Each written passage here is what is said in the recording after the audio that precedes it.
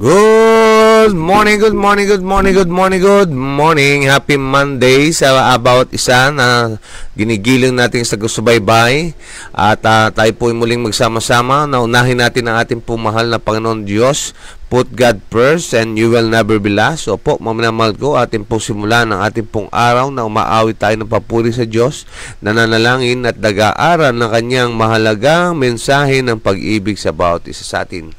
Pumuli ang lingkod kay Kristo, si Brother Marlon Diego, nag-aanyaya na sa loob ng isang oras ay sikapin po natin na gawing una at pangunahin ang ating pong mahal na Diyos sapagkat tunay nga na tayo po ay una at pangunahin lagi sa Kanya. Ang sabi nga but keep first the kingdom of God and His righteousness, and all these things shall be added unto you. Binabati natin ang ating mga kamanggagawa sa Panginoon sa pamamagitan po ng Google Meet. Magandang morning po sa inyo. Happy Monday, Sister Marical, at sa inyong buong family, Sister Ami, at sa inyong pong buong family.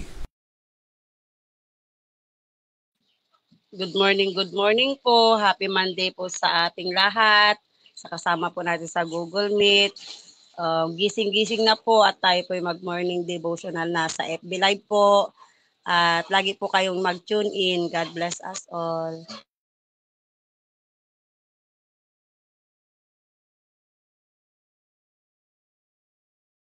Yeah. Good morning po. God bless po sa ating lahat. God is good all the time. And all the time, God is good po.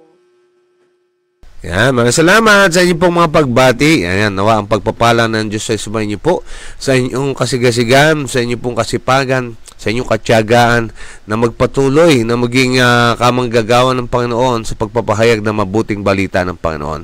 Opo, maminaman ko, hindi po kayo obligado na paniwalaan ng aming pong mga pinapabalita sa inyo, pero obligado po kami na sabihin sa inyo kung ano ang katotohanan ng nilalaman ng banal na kasulatan. Kaya hayaan niyo po na amin po kayong paglingkuran sa tuwing umaga at gayon din sa gabi sa atin po 777 prayer. At nawa habang ginagawa niyo po na kayo sumusubaybay, ang blessing ng Panginoon ay sumain niyo po. At sa ating mga magagawa ng Panginoon till Jesus comes, nawa tayo po ay magpahayag ng kanyang kagandahang loob. At sa ating po muna sa FB Live, ating binabati na rin, andyan na sila Sister Imelda na bumabati sa atin. At gayon din Sister Mary May Doliosa Espiritu. Good morning po sa lahat. Okay, sa lahat po ng estudyante at mga empleyado, may pasok na po baka tayo po ay maano pa na bakasyon pa tayo po ay may pasok na. Lalo na ngayon sa mga empleyado, na mahal ay meron po tayong flag ceremony. Kaya tayo po ay medyo tuminag-tinag na. Okay, hayaan niyo po natin din pong babatiin ang ilan sa mga komento, nag-react, nag-share, nanood ng video kahapon at gayon din sa mga kagabi sa ating pong mga leksyon at refleksyon. At binabati si Sir Raul De Castro, Sister Janet Maribeliosa ng Paz, mula po ito sa Davao. At gayon din Sister Biolis Parguera, sa ating kapatid na Domingo Santiago Ligaya, at gayon din ang ating kasama sa hanap buhay Nick Villegas, Mark Perly Garcia, si Manang Melda Gustilo, si Brother Edelberto Corsanes, Sister Emsley Tibayan, at gayon din si Brother Jerome Dotimas ng Mindoro SDA Church, at gayon din si Tito Boyd Chakrising, at gayon din si Brother Jerome Bitog, Sister Jeline Espiritu, Sister Jameline Haylar, at gayon din po si A. Rosales Farm, at gayon din si RC Vlogs, at si Yumi Killa. Okay, so atin pong binabati rin ang buong South Bataan District, panguna natin pong District Pastor Reyes Cabusa, ang mga taga-Biyaan, Ipag, at mga taga-Hillview, Limay, at Lamao Mission Group, at gayon din natin po binabati rin ang mga taga-Orion. At atin po binabati rin ang ating pong kinabibilangang Area 3, ang Bataan, Olongapo, Zambales ng mga churches, sa panguna po natin pong Area Coordinator, Pastor Mark Hill Sarabia. Siyempre, ating binabati rin ang ating mga kamag-anakan sa Diego Villacorte, at gayon din naman po sa mga mga kamag-anakan ng Sister Melda sa Kiambao, Galarcia at Santos Clan. At ang ating mga kahanap buhay, mga katubig, tayo po ay gumigising-gising na. At tayo po ay mag-morning devotional muna bago tayo maging abala kung saan man tayo magiging abala. At ang ating pinasasalamatan at hinihiling sa Diyos na i-bless na mainam ang ating pong mga sponsors and followers. Yan, nawa ang blessing ng Panginoon na sumagana po sa iyo. Thank you so much po sa patuloy niyo pong pagsubaybay. Samantala, ating pong binabati ng happy birthday, maligayang kaarawan si Chakri Singh, ano po, si Christina Lopez. Yan, atin po siyang batiin at heto po ang ating pagbati. Happy birthday!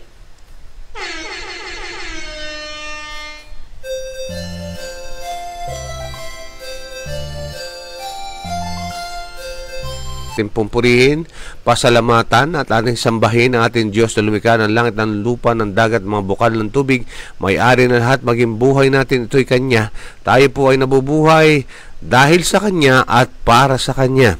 Opo, maikli lamang po ang buhay natin, kaya nga po sa mundong ito, at mapansin nyo, excuse me po, mapansin nyo po ay napakatulin po ang panahon, ano? Pagsamahin nyo yung dalawa na yan, ay talagang masasabi natin na dumadaan lang man po tayo. Kaya nga po ay gugulin natin sa tama ang ating pong buhay na pinapautang sa atin ating pong Diyos. Opo, every gising is a blessing. Kaya nga po ay yan po ay gamitin sa kalwalhatian niya, sapagkat ay kanya nilalang para natatangi sa kanyang kalwalhatian at kapurihan. Magandang morning. Ma'am naman ko, rejoice in the Lord always. And again, as say rejoice, lagyan ng ngiti ang ating mga labi. Ma'am naman ko, maging masaya ang ating pong puso. Ano man ang dumating sa ating pong buhay na ito ay maging mapagpasalamat at laging tinitingnan ang positibong pananaw, sapagkat kapag kasama natin ang Diyos, sino ang laban sa atin? Ating binabati ang ating pong mga kamanggagawa sa Google Meet na hindi ko nabati kanina. Magandang morning, happy Monday, Brother Dong, Ate Dita, at ganyan din Sister Nora, at sa inyo pong mga family. Magandang umaga po sa lahat. Morning po. Happy morning devotional. God bless us all po. Magandang umaga po sa lahat. Happy morning devotional. Happy Monday po sa lahat. God bless po. Yan, salamat sa inyo pong pagtugon at binabati rin po natin at binabati tayo ni Brother Jerome Dotimas ng Mindoro SDA Church. Yan, kasama po natin. Good morning po, brother. At ganyan din si Sir Lea Gumayagay. Good morning everyone. God bless us all. At si Tatay Ricardo at Nanay Dita Bacobe. Good morning po sa lahat. God bless us all. Yan, God bless you po mga kapatid. Salamat po sa inyo. At kayo po lagi na riyan may katyagaan na araw at gabi ay sumusubaybay. At nawa habang kayo yung ginagawa yan, ang blessing ng Panginoon ay sumagana po sa inyo. At humihingi ng prayer si Brother Jerome Dotimas sa kanyang kalusugan. Opo, amin po kayong pinapanalangin. At lagi nakatalayan sa prayer journal. Kayo din po si Pastor Neil Andren Dotimas at ang inyo pong mga auntie. Okay, so gayon din po si Nanay Eva at Tatay Mando Caños, bumabati. Sabi ay, good morning po sa atin lahat. God bless us all. At si Sister Arsenia Marioles, magandang umaga po mga kapatid. At God first morning po sa lahat mga kapatid. Pwede po bang humiling ng panalangin para sa aking apo na kapapanganak na kailangan ang operasyon sa kanyang bunso at sa bukol sa liig? Na sa Balanga Hospital. Maraming salamat po. Ayan, Sister Imelda, makisuyo niyo po sa ating prayer journal ang apo ni Sister Arsenia Merioles. Ano po? Yan, nakapapanganak na kailangan pong operasyon. Kailangan ng ang operasyon sa kanyang puso. Ayun, sa puso at bukod sa leeg. Yan, pagsama po natin sa prayer. At ganyan din si Ate Tese Lopez Aluber, bumabati. Sabi niya, good morning po sa atin. God bless po. Thank God po to have our morning devotional. Amen. At ganyan din si Sir Raquel Mendoza ay kasama rin po natin. Ayan, thank you so much sa inyo pong mga pag-komento. At kung mayroon man kayong mga prayer request, lagay lang po dyan sa ating pong comment section at atin po itong ipagpe-pray. At samantala, ating binabati rin, magandang morning, Brother Anan and family. Happy Monday! Good morning po, Brother Marlon, sa inyong pamilya at sa bawat pamilyang naroon po sa ating devotional. Sama-sama po tayong pagpalain ng ating Panginoon. Yan, maraming salamat sa inyo pong pagtugon. At gayon din si Ate Mary, bumabati rin po. Ang sabi niya, God bless po sa lahat. God bless sa ating devotional. God bless the family. Thank you sa mga prayers. Amen and amen. Yan, God bless you more, Ate Mary. Ang oras po natin, time check, 5:53 in the morning. Tayo po ay bumangon-bangon na, gumising-gising na, at ali na po kayo. Tayo po ay mag-morning devotional na. Huwag na mapaantala, huwag na po mag-atubili, huwag nang papigil pa, kundi tayo po ay magsama-samang nagtutungo sa altar ng Panginoon at bilang isang pamilya nagkakaisa, umiibig sa Kanya, ay magtungo sa ilalim ng bandera natin Prinsipe Emmanuel, ay atin po sasabihin, as for me and my house, we will serve the Lord. God loves the family, kaya nga po ay atin din pagpahalagahan ang pamilya at mahalin sila.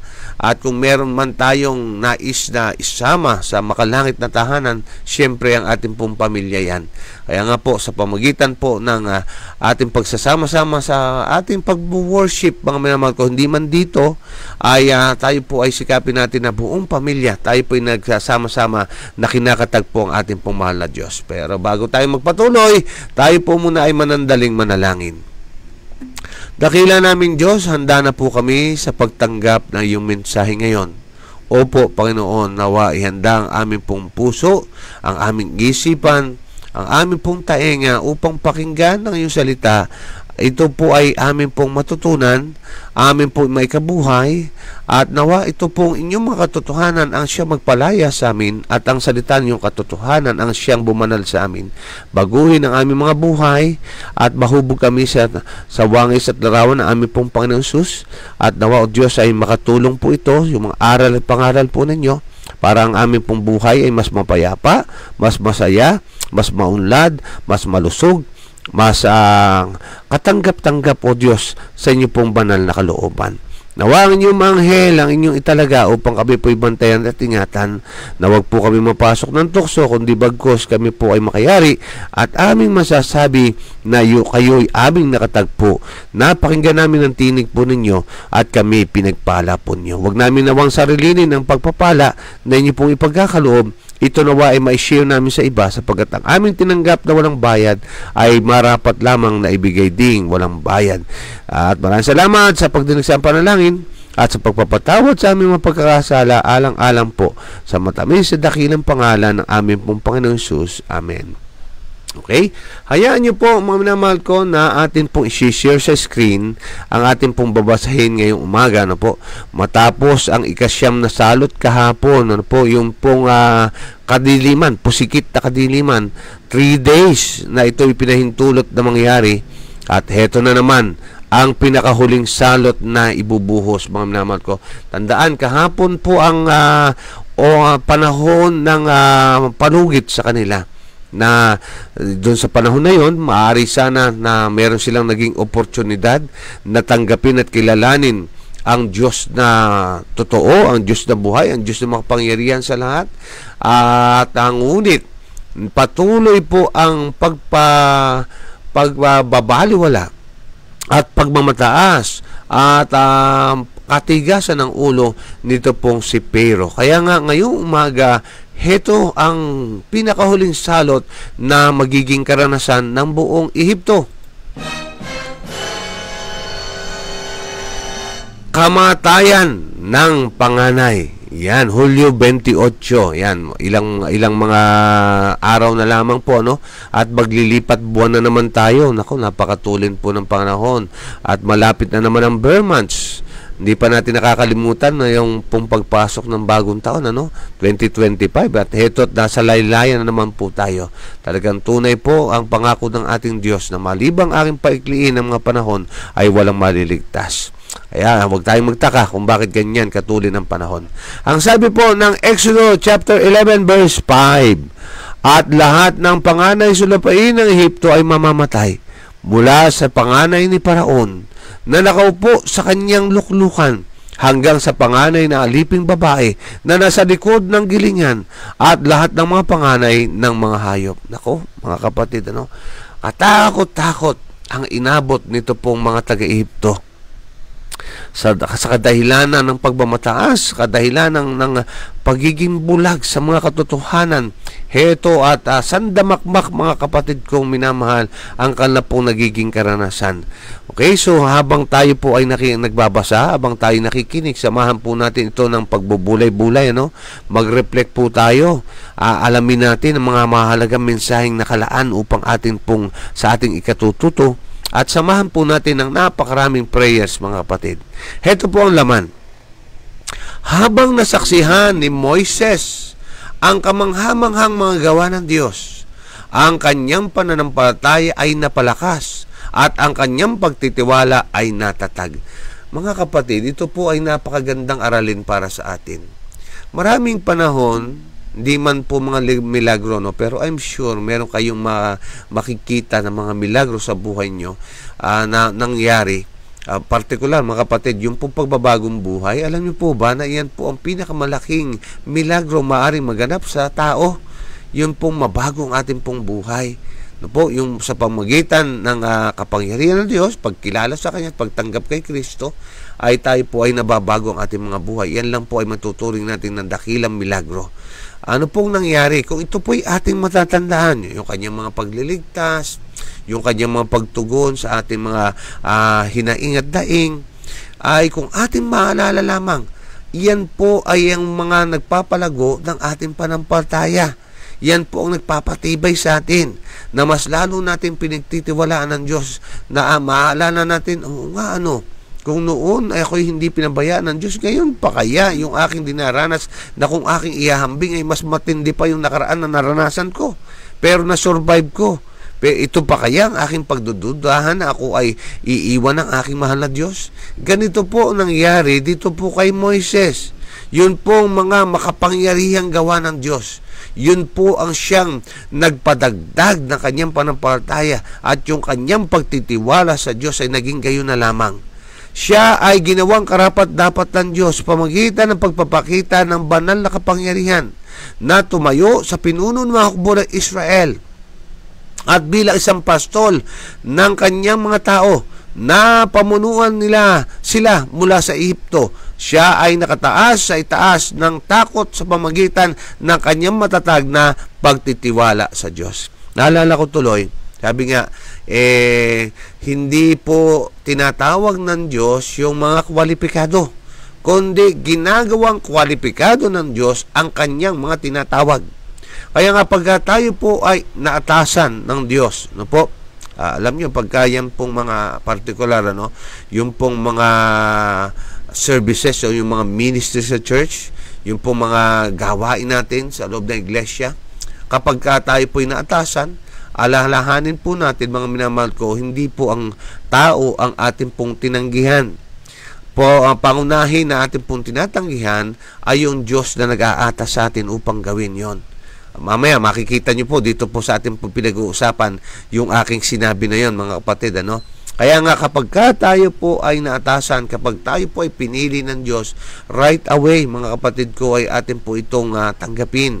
Pagka tayo po ay nalalaman ng Diyos ang mga bagay na meron ka, more than mga kapatid ko, ay mas kilala ka ng Diyos, mas alam niya ang iyong kakayanan at kapasidad, kaya nga ikaw ay kanyang tinatawagan at at the same time, siya rin po ang mag-aarma sa atin. Okay? So, ano pong nangyari? Ang lakas ng loob na ito sa harapan ng hari ay inis ang kanyang mapagmataas na pagmamataas at binigkas niya ang banta ng pagpatay sa lingkod ng Diyos sa kanyang pagkabulag. Hindi niya napagtanto na siya ay nakikipaglaban hindi lamang kay Moises at Aaron, kundi laban sa makapangyarihang si Jehovah ang may gawa ng langit at lupa. Yun po yung binabanggit ko. Yung kanyang paglaban, mga kapatid, kay Moises at Aaron, na sinugo ng Diyos, na tinalagan ng Diyos upang magpahayag ng kanyang salita. Ito po'y nilabanan ni Paraon sa makatuwid ba? Ay mismong ang Diyos ang kanyang nilabanan sapagkat Diyos ang nagsugo sa kanila. Ganon din po tayo. Opo, maaaring tayo nangangaral at tayo pinagtatawanan. Opo, maaaring tayo tanggihan at baliwalain.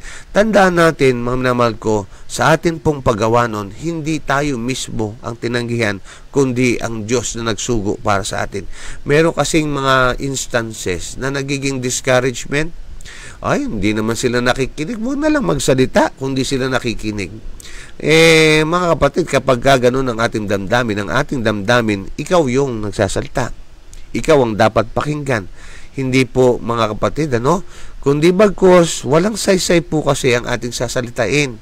Kung yung bibig po natin na magsasabi, kailangan masigurado po natin ang ating pong sasabihin salita po ng Diyos, sapagkat ang salita ng Diyos yan po ang may bagay, yan po ang may magagawa, sapagkat ang wika ng Biblia, ang lahat ng kasulatan ay kinasihan para sa pagtuturo, sa pagsaway at pagsasanay sa katwiran, upang ang tao ng Diyos ay masakampakan lubos at maging handa. Opo, kailangan po salita ng ating po pangalapanon. At kapag ating ginagawa iyan, mga mahal ko, yung hindi po tayo mismo ang kanilang tinanggihan, kundi ang tinanggihan ay salita ng ating pong Panginoon. Kaya huwag ma-discourage. Nakita niyo po ito si Moises, yung katapangan ay naroon, sapagkat nalaman niya, nakatiwa-tiwala ang Diyos, at tunay nga na napatunayan nila na kapag ang Diyos ang kasama ay sino ang laban sa kanila. Kaya sabi dito, kung si Paraon ay hindi nabulag sa pamagitan ng kanyang paghihimagsik, ito, tingnan po natin ito. Alam nyo, meron pong tinatawag na spiritual blindness. Kaya nga, sabi ng ating Panginoon Jesus, ay yung pong mga nakakakita ay yung pong may mata ay hindi nakakakita at yung may tenga ay hindi nakakarinig. Ano pong ibig sabihin? Kapag tayo okupado ng mga bagay na preconceived ideas, hindi po tayo magiging bukas sa katotohanan ng banal na kasulatan. Hindi natin gugustuhin na may malaman na sinasabi ng banal na kasulatan. Bakit? Sapagkat ang isip mo'y sarado na. Ito ang aking naging kasanayan. Ito ang aking naging kaugalian. Ito ang tradisyon na aming kinagisnan. Kaya magpapantay ang aking paa, hindi ako susunod. Mga kapatid, huwag nawang maging gayon. Sapagkat si Paraon ay naging ganon ang kanya pong nakita niya ang kamanghamanghang gawa ng Diyos. Biruin niyo, 10 salot po yun, mga kapatid. Pero sad to say na bagaman ganon ang nangyari, ay wala pa rin naging kinahinatnan, kundi na nagmatigas tong si Paraon sapagkat bulag at bingi sa mga katotohanan. Kaya sabi niya, yung paghihimagsik, yan po, yung galit, yan ang mga nakakapuno, yung pagkainis, mga naman ko, yung mga nakagisnan, nakaugalian, yung mga tradisyon, yan po ang nagpapabulag sa atin. Kaya nga, maaari nating idalangin na kung halimbawa tayo po'y nangangaral, o meron tayong mga kamag-anakan na talaga namang ayaw mapakinggan, nagsisimula ka pa lamang ng pagbanggit sa banal na kasulatan, talagang lumilipad na yung kanyang kaisipan. Ipanalangin po natin na sa pamagitan po ng ating pong mahal na Diyos, ay mabuksan ang kanilang mga mata, na pahira ng Diyos at alisin yung talukap na nakatabing doon at mga nakapasak sa mga taenga upang mapakinggan ang kanyang mga katotohanan. Kaya sabi dito, kung si Paraon ay hindi naging bulag sa pamagitan ng kanyang paghibagsik, malalaman niya na siya ay maaaring gumawa ng gayong makapangyarihan mga himala. Gaya ng ginawa ay magligtas sa buhay ng kanyang mga piniling lingkod. Kahit na kailangan niyang patayin ang hari ng Ehipsyo, nakuha ni Moises ang pabor ng mga tao. Siya ay tinuring na isang kahangahangang personahe at ang hari ay hindi mangahas na saktan siya. Yan po, mga minamahal ko. Naalala ko ang sabi ng Samuel 20:20 yata yun. Sabi niya, I will honor those who honor me. Yan po ang ng Diyos, sapagkat ang magkapatid ay naglilingkod sa makapangyarihan Diyos, ay tunay nga na iniangat sila, mga naman ko. Gusto man silang patayin ng Paraon, ngunit hindi niya magawa. At nakita rin natin, mga minamahal ko, na hindi niya rin masaling ang kanilang mga buhay. Okay, tuloy po natin. Atin pong i-turn lang yung page. Wait lang po O yan. May iba pang mensahe si Moises para sa mapaghimagsik na hari. At bago umalis sa kanyang harapan ay walang takot niyang ipinahayag ang salita ng Panginoon. Sa mga hating gabi ay lalabas ako sa gitna ng Ehipto at lahat ng panganay sa lupain ng Ehipto ay mamamatay. Mula sa panganay ni Paraon na nakaupo sa kanyang luklukan hanggang sa panganay na liping babae na nasa likod ng gilingan at lahat ng panganay ng mga hayop at magkakaroon ng malakas na hiyaw sa buong lupain ng Ehipto, ngunit wala nang magiging katulad niyaon. Pero ito po ang matindi dyan. Ang sabi niya, walang aso ang gumagalaw na kanyang dila laban sa tao sa hayop, o upang inyong malaman kung paano ang Panginoon ay naglagay ng pagkakaiba sa pagitan ng mga Ehipsyo at ng Israel. Opo, minsan pa, yun pong mga Israelita na nasa Goshen ay exempted na naman dito po sa pangyayaring ito, mamamahal ko, no? Yung Ehipto lamang na nagmamatigas ang maaapektuhan ng pagkamatay ng lahat ng mga panganay, ngunit dito sa kanyang mga lingkod, sa kanyang bayan, ang sabi nga walang aso gumagalaw ng kanyang dila laban sa tao, sa hayop, upang malaman kung paano ang Panginoon ay naglaan ng pagkakaiba sa pagitan ng mga Ehipto at ng Israel. Opo, ito pong karanasan na ito ay maaari natin maging karanasan kung ating pipiliin na tayo po ay magtiwala sa Diyos, manghawakan at patuloy na sa Kanya ay nagpapaubaya at nagtitiwala. Mamamahal ko, ito pong pagkakaibang ito ay mangyayari sa bawat isa. No po, pansinin nyo mga kapatid, naalala ko yung sa panahon ni Daniel at ng kanya po mga kaibigan.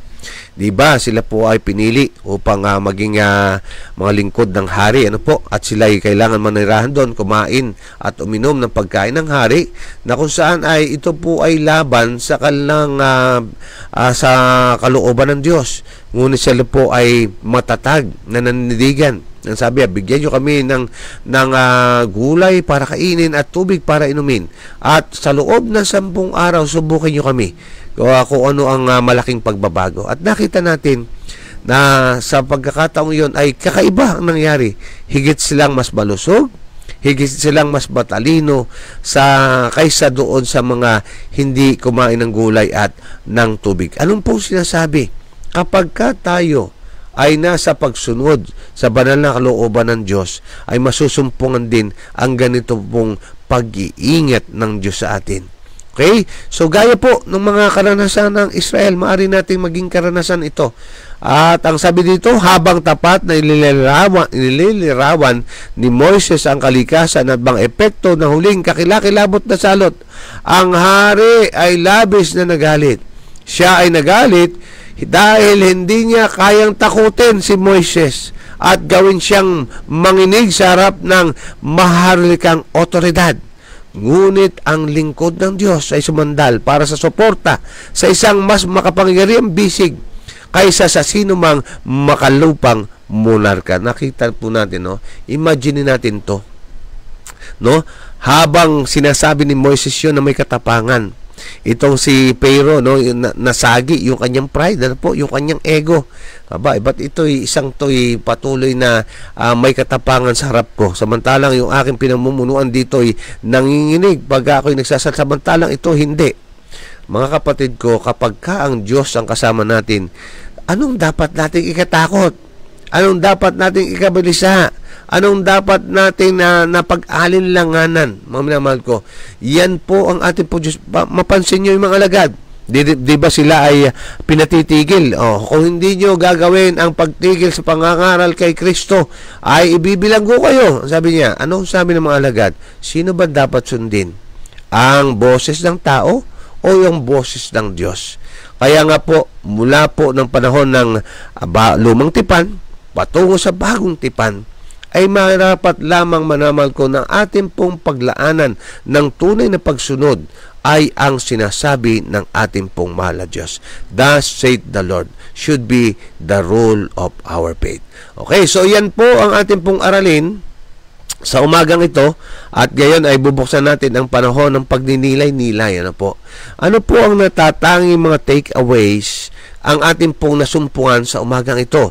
At atin pong ano po ang mga intentional nating hinanap mula po sa atin pong babasahin ngayong umaga. Ano pong naging kapakinabangan natin, mga minamahal ko, matapos nating mabasa at mapakinggan ang sinasabi ng ating pong devotional ngayon. Okay, so atin pong buksan na. Wala nang pag-atubili. Brother Dong, sige po, go ahead. Magandang umaga po sa ating lahat, mga kapatid. Ito pong aking sasabihin ay siguro po ito po ay ako po ito. Sapagkat sa ating pong buhay na ito ay parang may alin tulad ko, Brother Marlon, yung aking sarili, kay paraon pa rin. Sabi nga ng message ni Brother Alan nung Sabado, tayo po ay yung mga paraon na kung saan ay maraming dumarating sa ating salot. Marami nang dumating sa ating salot na sa ating buhay na kung saan ay patuloy pa rin tayong nagmamatigas ang puso. Paano ba yung sinasabi na para tayo si paraon? Sapagkat patuloy pa rin tayong gumagawa ng mga pagsalangsang sa ating Panginoon. Yun po yung pagmamatigas ng puso na ang kalagahan po kasi dito sa ating pinag-aaralang ito. Ang pagkilala, kahalagahan ng pagkilala sa kapangyarihan ng ating Panginoon. At ang pagsunod. Yun po yung napakahalaga na hindi naman nagawa ni Paraon. Ang pagsunod sa Panginoon. Napakarami ng salot na dumating sa kanya. Sabi nga, 10 nga po yun. Kung di po ako nagkakamali, yung itong ating pong pinag-aaralan, ito po yung panghuling salot, yung sa panganay. Ano po? At yun nga po, hindi pa rin tayo hanggang ngayon sumusunod. Sapagkat sa personal naman talaga, marami naman talagang ano ba yung salot sa ating buhay. Ito yung mga karamdaman, yung mga paghihirap, yung mga tulad ng mga maling desisyon. Ito po ay katunayan na paglabag sa ating Panginoon sa kanyang mga utos, na ang ating nangunguna rito ay ating mga sarili. Kaya tingnan nyo po, salot nga naman ang dumarating sa ating buhay.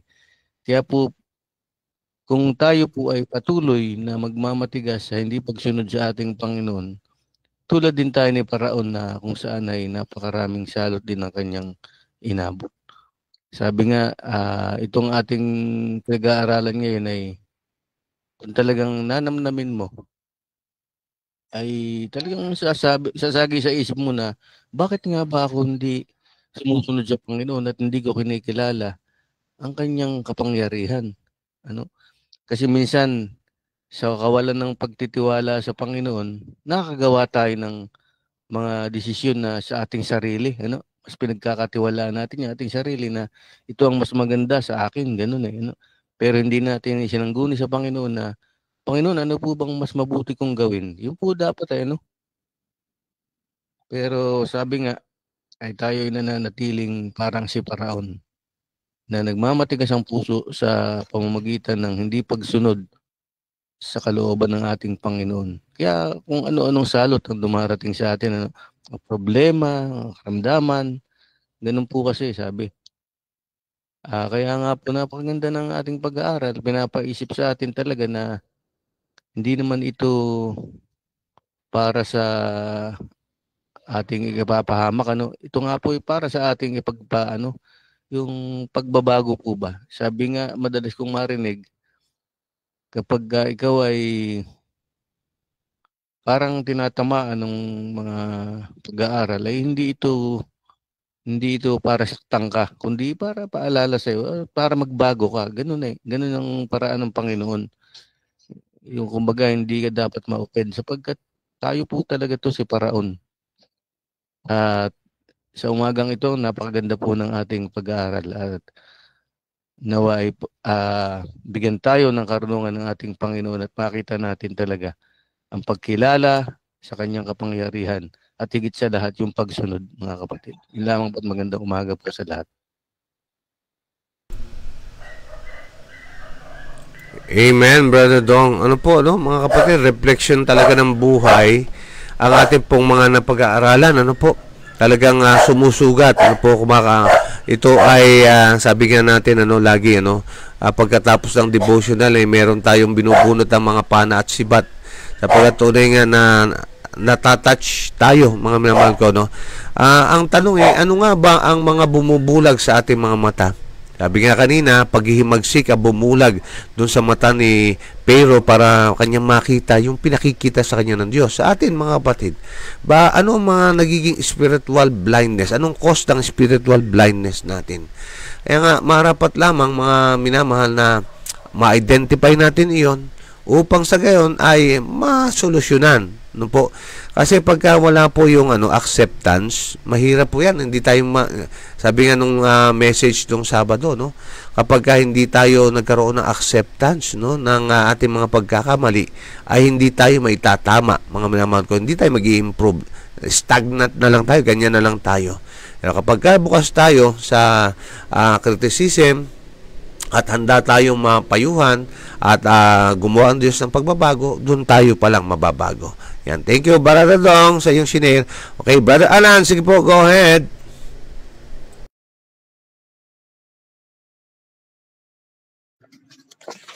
Ang nangyari po sa pansampung salot, ito po ay bunsod ng katigasan ng ulo ni Parao. Ang pagmamatigas ng kanyang ulo, pagmamatigas ng kanyang puso. Pero siguro, kung nung una pa lang, ay isinuko na ni Parao ang kanyang sarili, pinalaya na niya ang Israel. Di sana'y hindi siguro hantong sa ganito. Parang tayong mga tao, alam na natin na masama yung mga bagay na gano'n. Alam natin na hindi maganda sa kalusugan yung gano'n. Ay kung siguro kung sinunod po natin, walang sumasakit na paa, walang iika-ika, walang masakit na tuhod, walang masakit na ngipin, lahat magandang takbo ng sistema sa ating pangatawan. Kung susunod tayo sa batas, kung susunod tayo sa batas ng kalusugan, ay sabi ko nga, walang magiging kriminal. Kasi susunod lahat Ay ang problema nito, ang ginawa ni Parao ay sinubok niya rin ang kapangyarihan ng ating Panginoon ay napuno ang sarap. Kaya nangyari, ibinagsak ng ating Panginoon. Kaya mga kapatid, matter of lang yan. Pagsunod, sabi nga, yung pinag-aral natin kagabi sa 2 Chronicles 7:14, if my people which are called by my name shall humble themselves and pray and seek my face and turn from their wicked ways, then I will hear from heaven and will forgive their sin and will heal their land. Yun lang po mga kapatid ang kinot para hindi natin danatin ang mga bagay na pinaranas na ating Panginoon sa ito. Magandang gabi po. Magandang umaga po at God bless us all.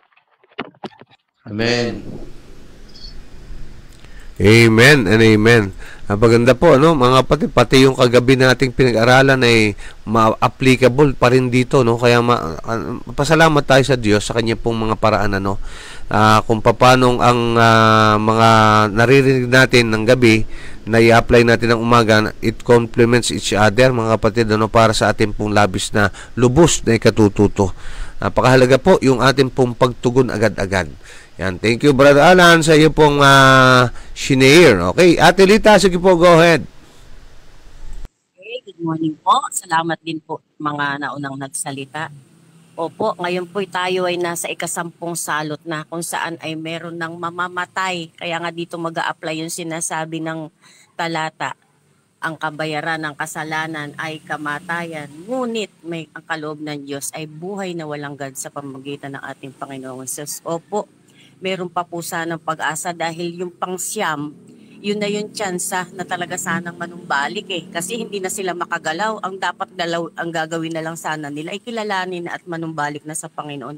Pero hindi pa rin May kasabihan, habang may buhay, may pag-asa. Ito tong buhay natin hanggat meron pa tayong buhay, may pag-asa pa tayong bumalik. Pero kapag ang buhay na ito'y kinuha na, kung ano yung inabutan ng ating Panginoon sa kamatayan natin, ay doon na tayo hahatulan. Kaya yun po yung nakakatakot.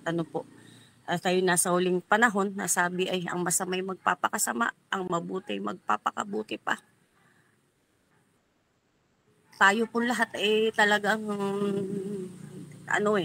kumbaga sapul kasi meron tayong mga pag-uugali na hindi natin maisuko-suko po. Pero alam ng Panginoon na ginagawa natin ang lahat ng paraan para maging maayos sana. Pero ang hindi natin kaya, Diyos po ang gagawa noon, mga kapatid. Kaya sabi, ilagak ninyo ang lahat ng inyong alalahanin sa Panginoon sapagkat siya'y nagmamalasakit. Kaya nga po, huwag pa rin natin sukuan kung paanong ang Diyos ay una, pabalik-balik nga sila si Moses at saka si Aaron. Patuloy nagpaalala, ibig sabihin, sana magbago pa talaga pero hindi po talagang pinagmatigas. 2 hari din ang ating maalala ngayon, si Nabucodonosor at saka si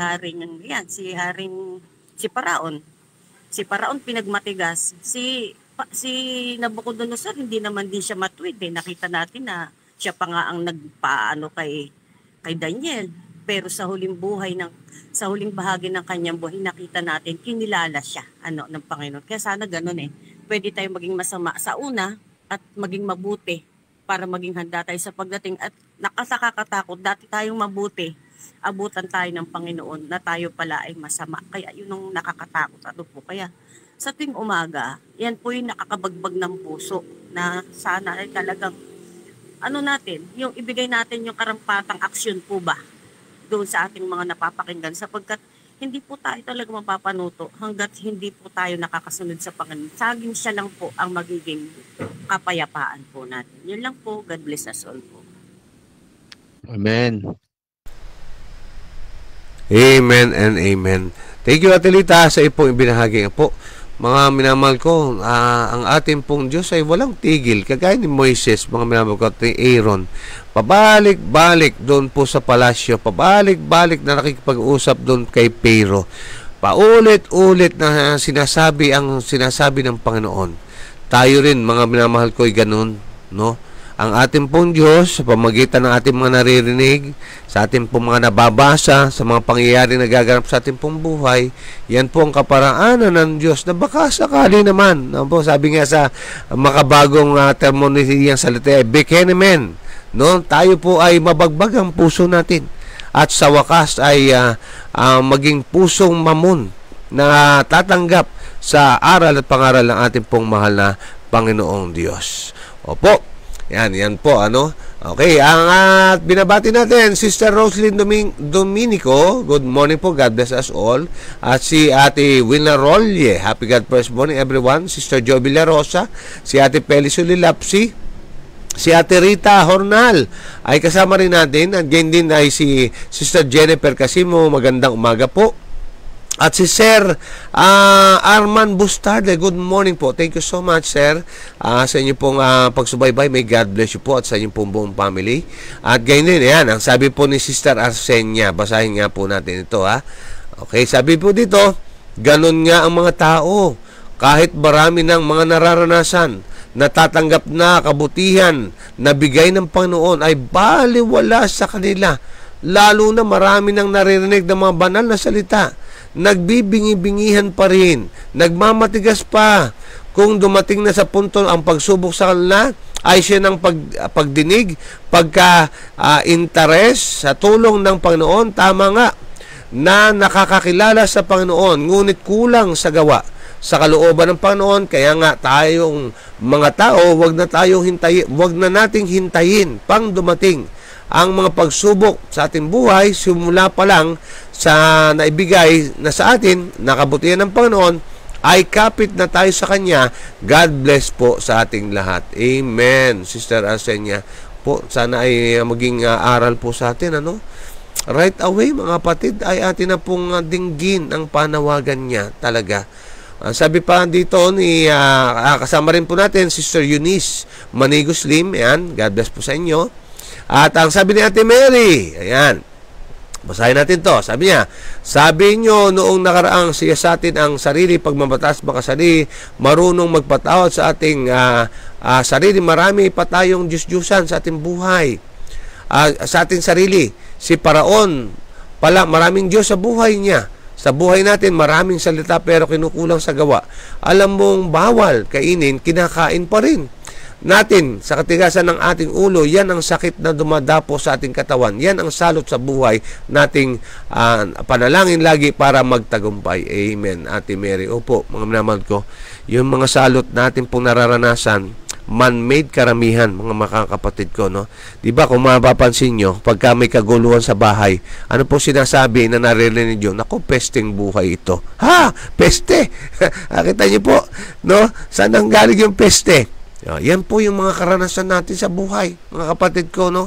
Kunyari na meron po mga kahirapan na nangyayari, no? Nawala ng kapayapaan sa loob ng tahanan. Aba, talaga naman, mga kapatid, no? Para ka na talagang inabot ng salot. Yan. Kaya nga, yung pagsunod sa Diyos, ang tawag po sa kanyang kautusan, mga kapatid ko, yan po ay bakod ng proteksyon. Akala ng iba, sinasakal tayo doon sa kautusan. Pero kung inyo pong titingnang maigit pag-aaralan, yan po ay bakod ng proteksyon. Bakit, brother, mo nasabi na bakod ng proteksyon? Para wag kang makulong, wag kang papatay, wag kang magnanakaw, wag kang mangangalunya, no? Wag kang mag-iimbot, no? Yan po, mamalamal ko, no? Upang ikaw naman ay wag ka namang magkasakit.